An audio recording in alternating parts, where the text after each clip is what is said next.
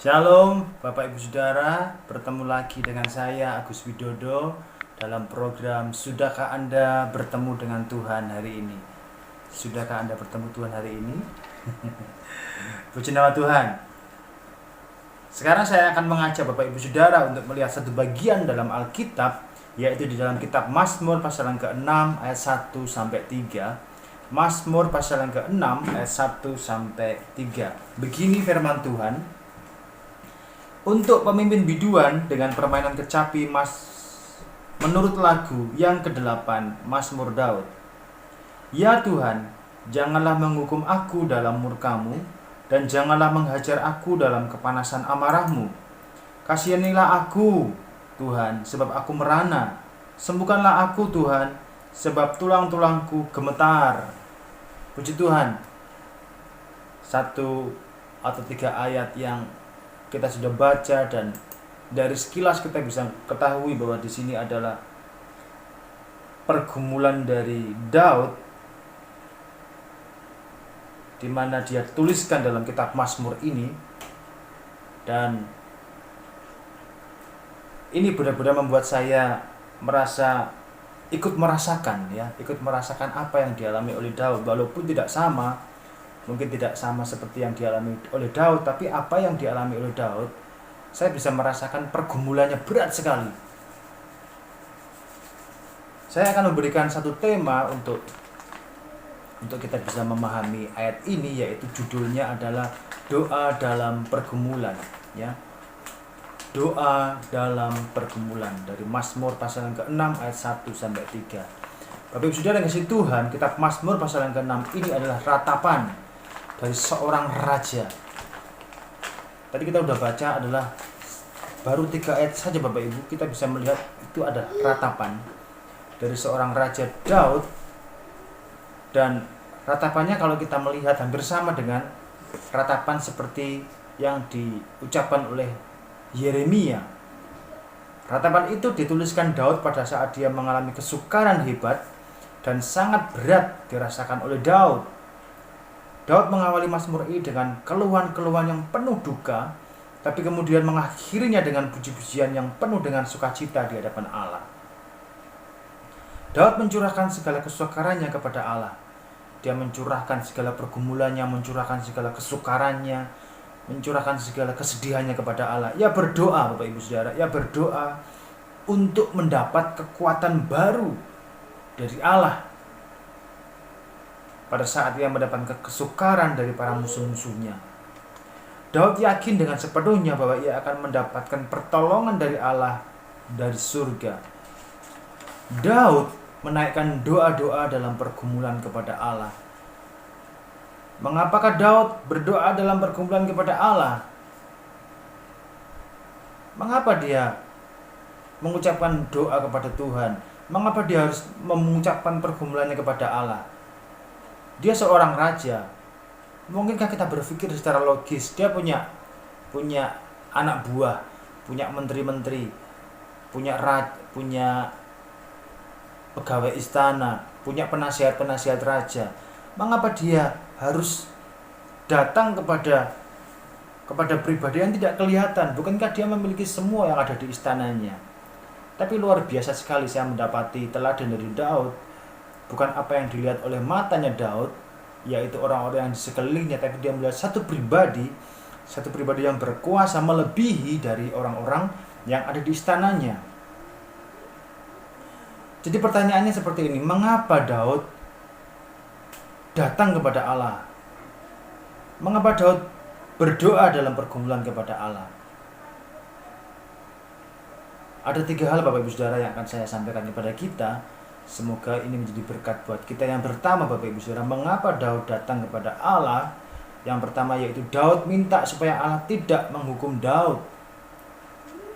Daud minta supaya Allah tidak menghukum Daud. Itu ayat yang pertama. Berkata begini, untuk pemimpin biduan dengan permainan kecapi menurut lagu yang ke-8 Mazmur Daud. Ya Tuhan, janganlah menghukum aku dalam murka-Mu, dan janganlah menghajar aku dalam kepanasan murka-Mu.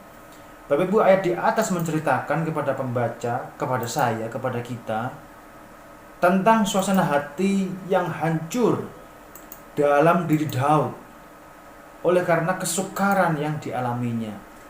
Jadi Bapak Ibu Saudara, ketika orang mengalami kesukaran, kesusahan, kesulitan, dia bisa mengalami hancur hati, dia kehilangan pengharapan, dia bisa kehilangan semangat hidup, dia bisa kehilangan segala-galanya hanya oleh karena menghadapi sebuah pergumulan yang berat. Ayat di atas menceritakan kepada kita tentang suasana hati yang dialami oleh Daud. Suatu kesukaran yang dialami oleh Daud, penuh dengan rasa sesal yang begitu dalam oleh karena dosa yang telah dibuat oleh Daud. Kita ingat bahwa Daud pernah melakukan dosa, sehingga dari dosa itu membuat Daud merasa bersalah, dan dia datang kepada Allah dan berkata, Tuhan, janganlah engkau menghukum aku dalam murkamu. Janganlah engkau menghukum aku dalam murkamu. Dalam doanya Daud meminta kepada Allah supaya Allah tidak menghukum Daud karena kesalahannya. Tidak ada manusia yang sempurna dalam dunia ini ya Bapak Ibu Saudara. Saya tidak sempurna, dan Bapak Ibu yang menonton YouTube pada saat ini juga tidak sempurna. Semua orang punya kesalahan di hadapan Tuhan.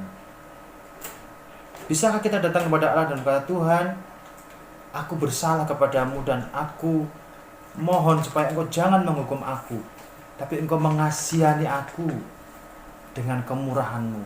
Engkau mengasihani aku dengan kasihmu.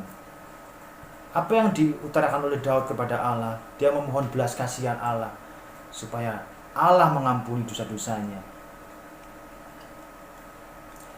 Bapak Ibu Saudara, sungguh luar biasa sekali ketika kita datang kepada Tuhan dengan hancur hati, dan kemudian kita berkata, Tuhan, ampunilah aku, janganlah engkau menghukum aku dalam kemurkaan, tapi berikanlah aku belas kasihanmu, ampunilah aku, sucikanlah diriku. Puji nama Tuhan. Yang kedua Bapak Ibu Saudara, mengapa Daud datang kepada Tuhan? Yang kedua yaitu Daud minta supaya Allah menyembuhkan dirinya. Daud minta kepada Allah supaya Allah menyembuhkan dirinya. Puji nama Tuhan. Ayat yang kedua berkata begini, kasihanilah aku ya Tuhan, sebab aku merana. Sembuhkanlah aku Tuhan, sebab tulang-tulangku gemetar. Daud telah amat sangat menderita dan jiwanya tidak sejahtera. Tapi dalam keadaan berkabung, ia telah menderita untuk waktu yang lama dan ia merasa sangat sedih.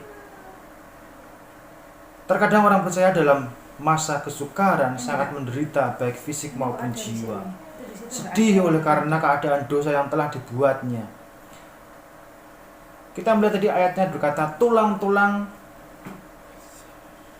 gemetar, tulang-tulangku gemetar. Jadi kata ini maksudnya adalah tulang-tulang menuju kepada anggota tubuh bagian paling dalam yang seringkali diartikan dengan jiwa, hati, atau batin.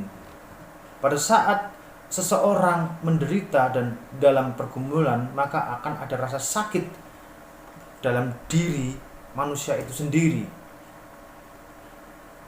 Kesakitan itu ada di dalam diri, di dalam tubuh bagian dalam, tidak bisa muncul dari bagian luar, tidak bisa diketahui. Tapi orang yang ada pergumulan yang berat, dia bisa merasakan ada sesuatu yang beban yang berat sekali di dalam dirinya.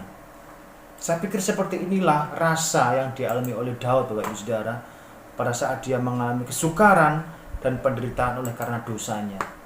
Ingat ketika Daud berdosa kepada Tuhan dengan menghampiri Batseba, dia begitu sangat menderita sekali sehingga beban itu begitu menghimpit dalam dirinya. Ada satu hal yang bisa dilakukan oleh Daud pada waktu itu, yaitu Daud minta supaya Allah menyembuhkan dirinya.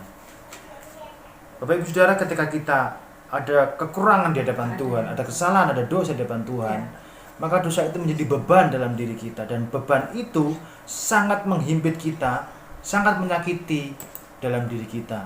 Satu hal yang bisa kita lakukan adalah kita datang kepada Tuhan supaya Tuhan menyembuhkan dalam diri kita. Tuhan, sembuhkanlah batinku, sucikanlah batinku, sehingga diriku dipulihkan oleh Tuhan.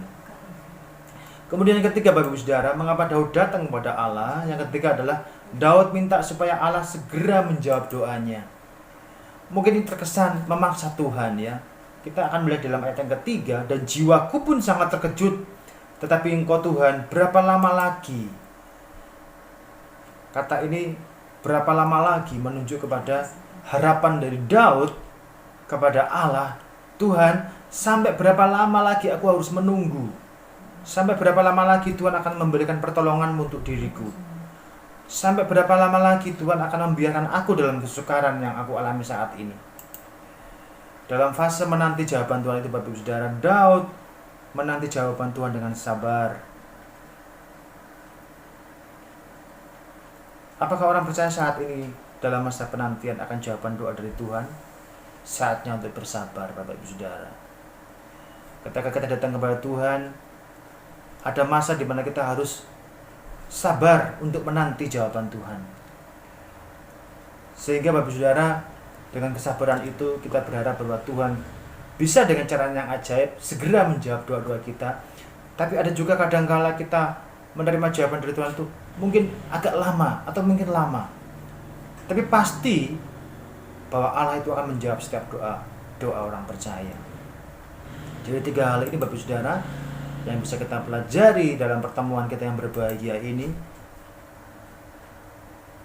Mari kita datang kepada Tuhan, kita mohon pengampunan oleh Tuhan, kita mohon Tuhan menjawab doa kita, kita mohon Tuhan menyembuhkan diri kita, kita mohon Tuhan mengampuni dosa-dosa kita. 3 hal ini yang membuat kita dipulihkan oleh Allah, sehingga manusia, jasmani, rohani kita sehat, sempurna di dalam Tuhan. Demikian Bapak Ibu Saudara, renungan yang singkat ini semoga memberkati kita semua. Selamat berkarya, Tuhan Yesus memberkati.